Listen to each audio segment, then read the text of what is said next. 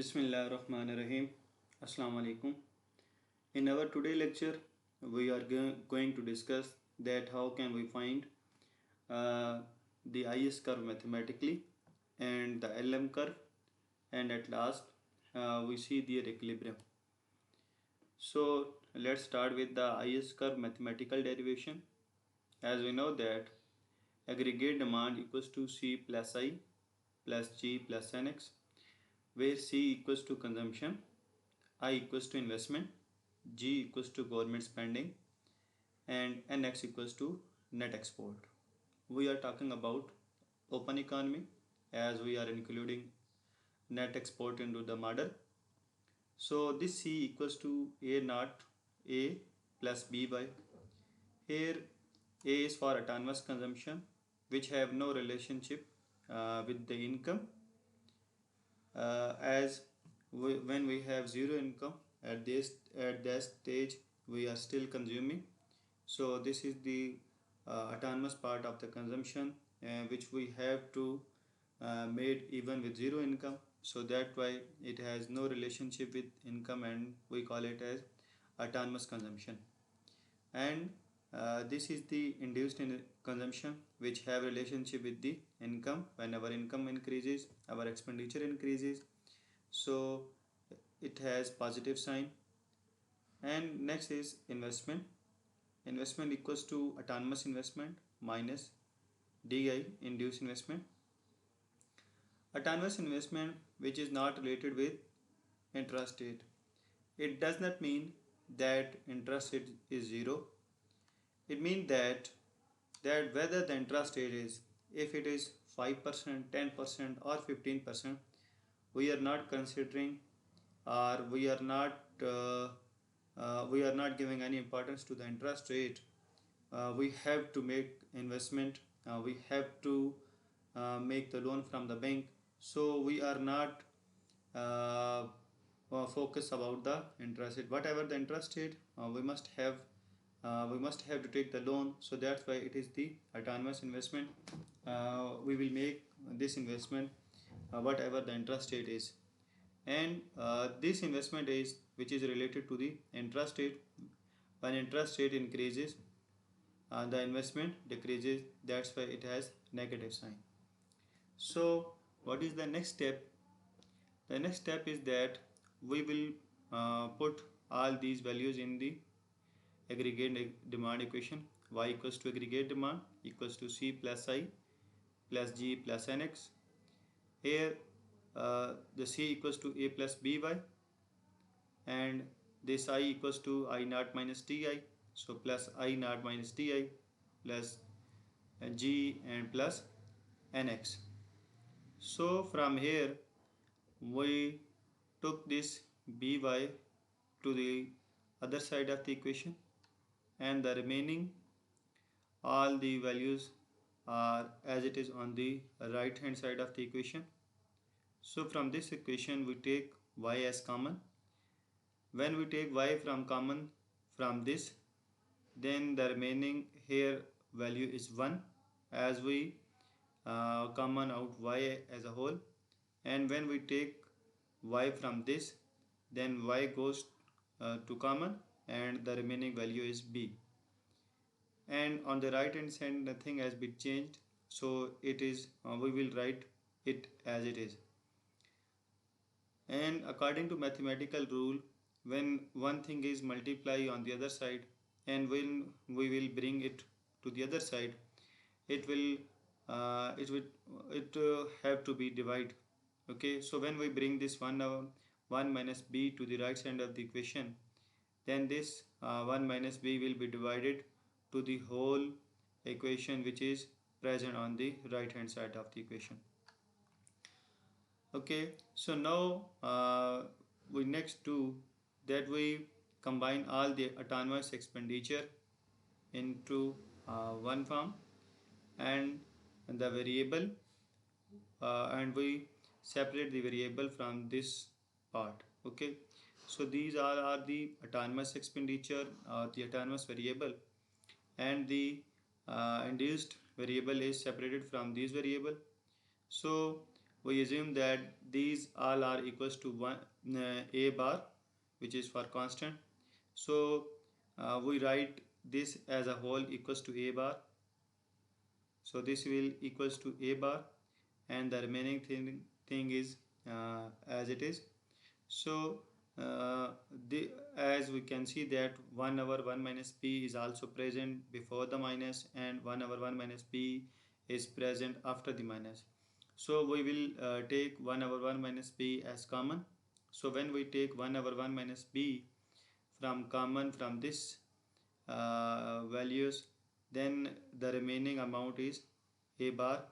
And when we take 1 over 1 minus b from this part, the remaining value is di, as 1 over 1 minus b is factor out or common out in the beginning. So this is the IS equation. So let's talk about what's the IS equation tell us. It is the IS equation. Here 1 over 1 minus b is the income multiplier, and a naught or a bar is the intercept, and d is the slope of IS curve, which is have negative sign, which means that the slope IS curve will be negative. When interest rate decreases, investment increases, or when interest rate increases, investment decreases. So they both have opposite sign. So they shows that there exists a negative relationship between interest rate and investment. So we can briefly discuss it as when interest rate decreases, investment increases, which will increase the aggregate demand, and as a result output or income increases. So this is the mathematical derivation of the IS curve. Now let's talk about the mathematical derivation for the LM curve. So this is the derivation for the LM curve. As we know that the money demand is a function of income and interest rate. Money demand is positively related with income. As income increases, money demand increases, and when interest rate increases, money demand decreases. So money demand is positively related with income, and money demand is negatively related with interest rate. Okay, and we write this as an equation form: money demand equals to ky minus hi, where k is the parameter for income and h is the parameter for I, and both k and h are greater than 0. What does this k show and what does this h show?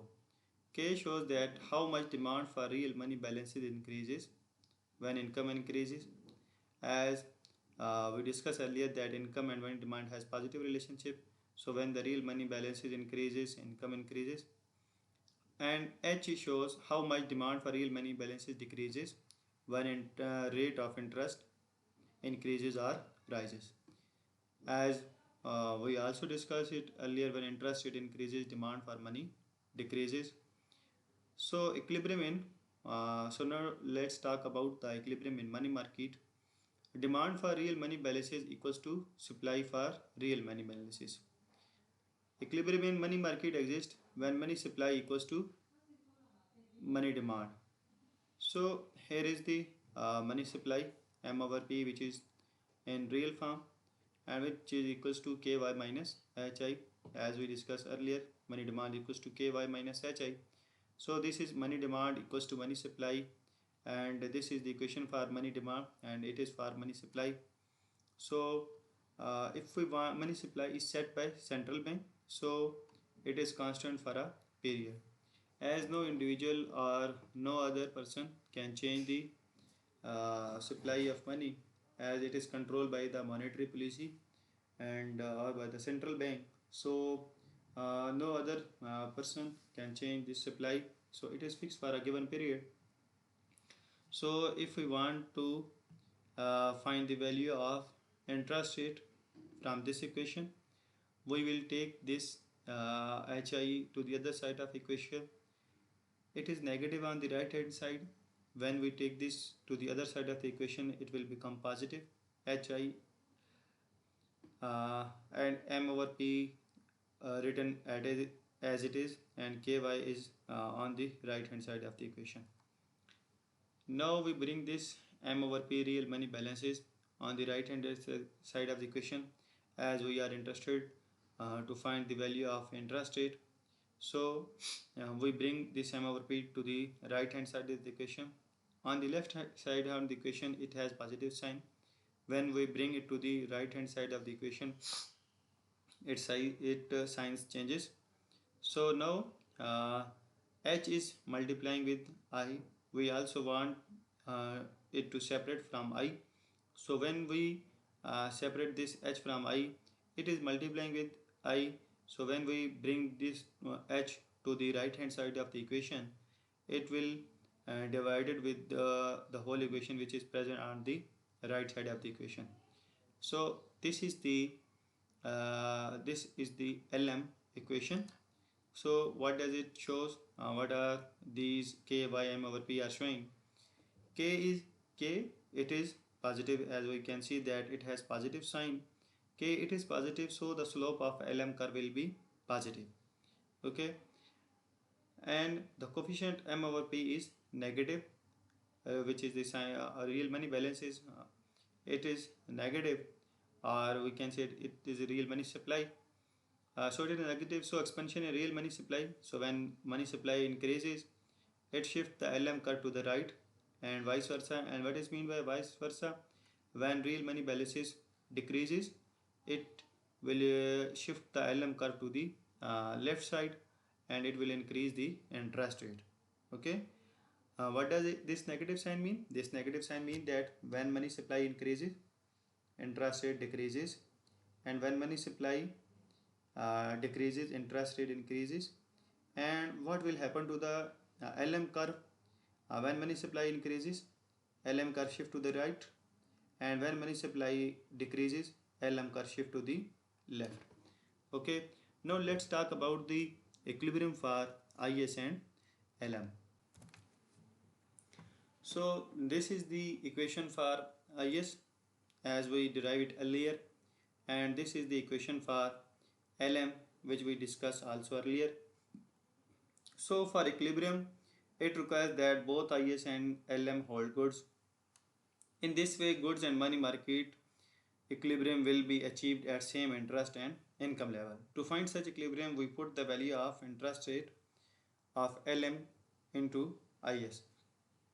So for finding the equilibrium, we put this value of interest rate into the IS curve equation. So this is the IS equation, y equals to 1 over 1 minus b, a bar minus di. So at I we put the value of I which is present in LM curve or LM equation. So we put here the value of I, and then we multiply this d over h with these both components, d over h into ky. This minus and this minus will become positive according to the mathematical rule. So when we multiply d over h minus d over h with the minus m over p, it will become plus d over h m over p. So final equation tell us, this is the final equation after putting the value of interest rate into the IS curve. Final equation tells us that income depends exogenously given autonomous variable. What are the autonomous variable? Autonomous consumption, autonomous investment, and the government spending on goods and services, and the real money balances M over P. These are the variables on which the income depends. This A contains all these variables.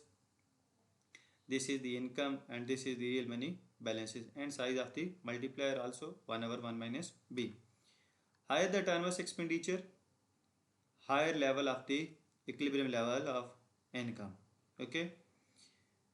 Greater the real money supply, the higher the level of national income. As we discussed in the LM curve, when money supply increases, it will reduce the interest rate, which in result increase the investment. When investment increases, aggregate demand increases, which in result increase the overall income. So this is the mathematical derivation of the IS and LM curve. In next lecture, we will discuss the graphical representation of the IS and LM curve.